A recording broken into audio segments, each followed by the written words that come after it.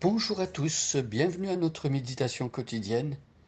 Merci d'être fidèles, d'écouter à tous les jours ces méditations. Je sais que certaines personnes n'ont pas toujours le temps d'écouter à tous les jours les méditations, mais je sais également que certains vont se rattraper et en écouter plusieurs dans les jours qui suivent.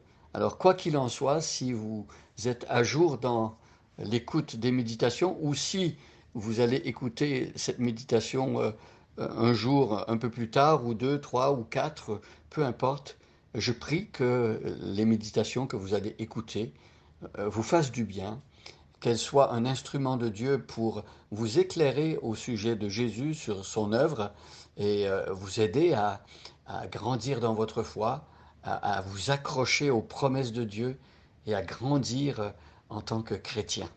Alors peut-être certains d'entre vous écoutez et vous n'avez pas encore choisi de suivre Jésus, vous êtes en train d'explorer la possibilité de devenir un disciple.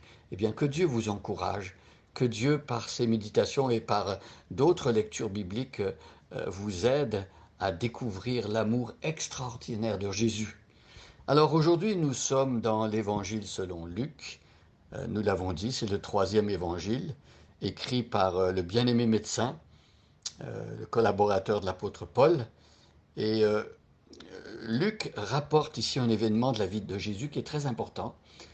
C'est un événement qui se situe au tout début du ministère public de Jésus. Jésus commence sa mission. Il a été baptisé, Dieu lui a dit qui il est. Il lui a donné son identité, fils de Dieu. Et ensuite, Dieu, le Saint-Esprit, conduit Jésus dans le désert. Et là, il va être tenté par Satan. Jésus a jeûné pendant 40 jours. Il a faim. Satan essaie de le faire tomber euh, en lui proposant de changer des pierres en pain.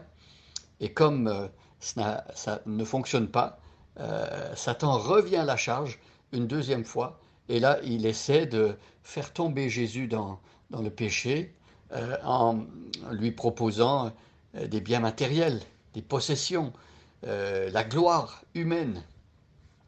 Et on va voir comment Jésus va réagir à tout cela. Alors je vais lire les versets 1 à 13 du chapitre 4 de Luc, et je vous invite à prendre ce texte et de le lire avec moi. Et aujourd'hui, nous allons regarder le verset 8, et comme d'habitude, nous allons faire un petit retour sur le verset qu'on a vu hier, c'est-à-dire le verset 7. Je lis dans la version Louis II. Jésus, rempli du Saint-Esprit, revint du Jourdain, et il fut conduit par l'Esprit dans le désert où il fut tenté par le diable pendant 40 jours. Il ne mangea rien durant ces jours-là, et après qu'ils furent écoulés, il eut faim. Le diable lui dit, si tu es le Fils de Dieu, ordonne à cette pierre qu'elle devienne du pain. Jésus lui répondit, il est écrit, l'homme ne vivra pas de pain seulement. Le diable, l'ayant élevé, lui montra en un instant tous les royaumes de la terre, et lui dit, je te donnerai toute cette puissance et la gloire de ces royaumes, car elle m'a été donnée, et je la donne à qui je veux. Si donc tu te prosternes devant moi, elle sera toute à toi. Jésus lui répondit, il est écrit, tu adoreras le Seigneur ton Dieu, et tu le serviras lui seul.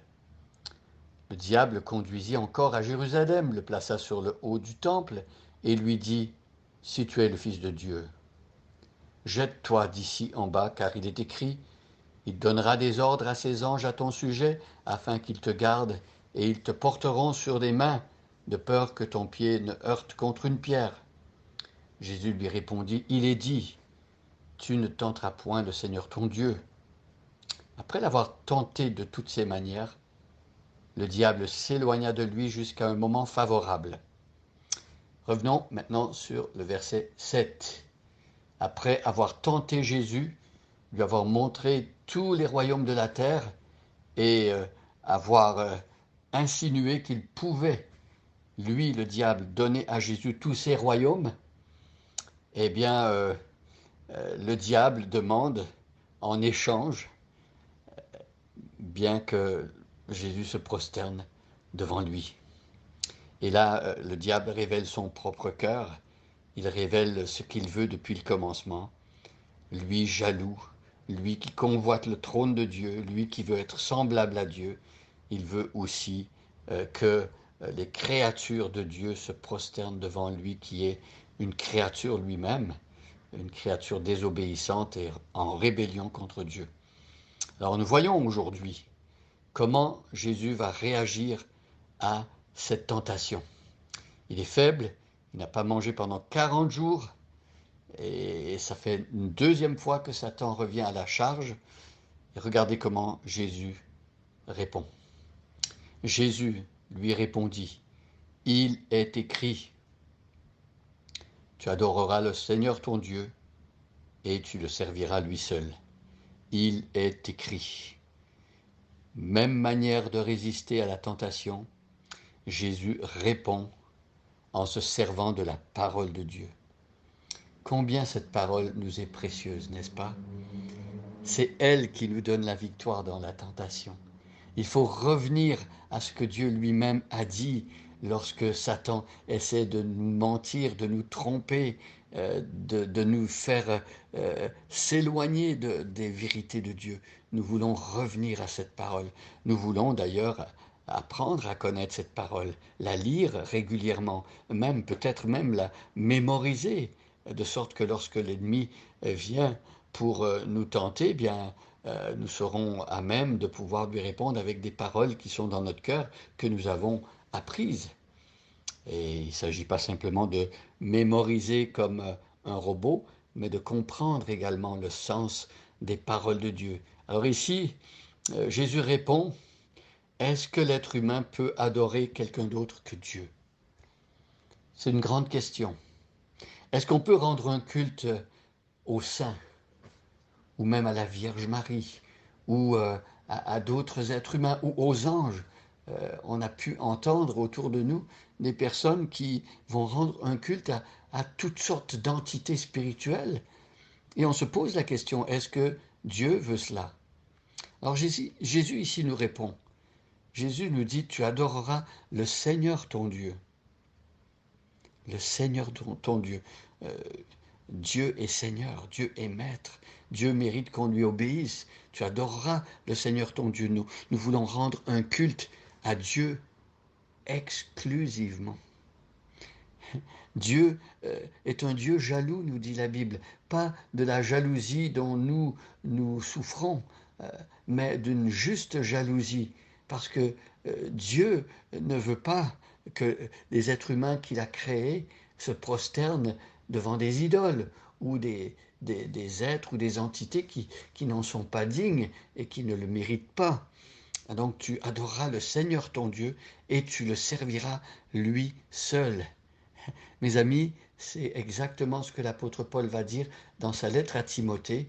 Il va dire, il y a un seul Dieu et un seul intermédiaire, un seul médiateur entre Dieu et les hommes, c'est Jésus-Christ homme. Pourquoi Jésus est seul à pouvoir intercéder et faire le trait d'union entre Dieu et les hommes? Pourquoi est-il digne, lui seul, de recevoir un culte et l'adoration? Mais c'est parce qu'il est Dieu.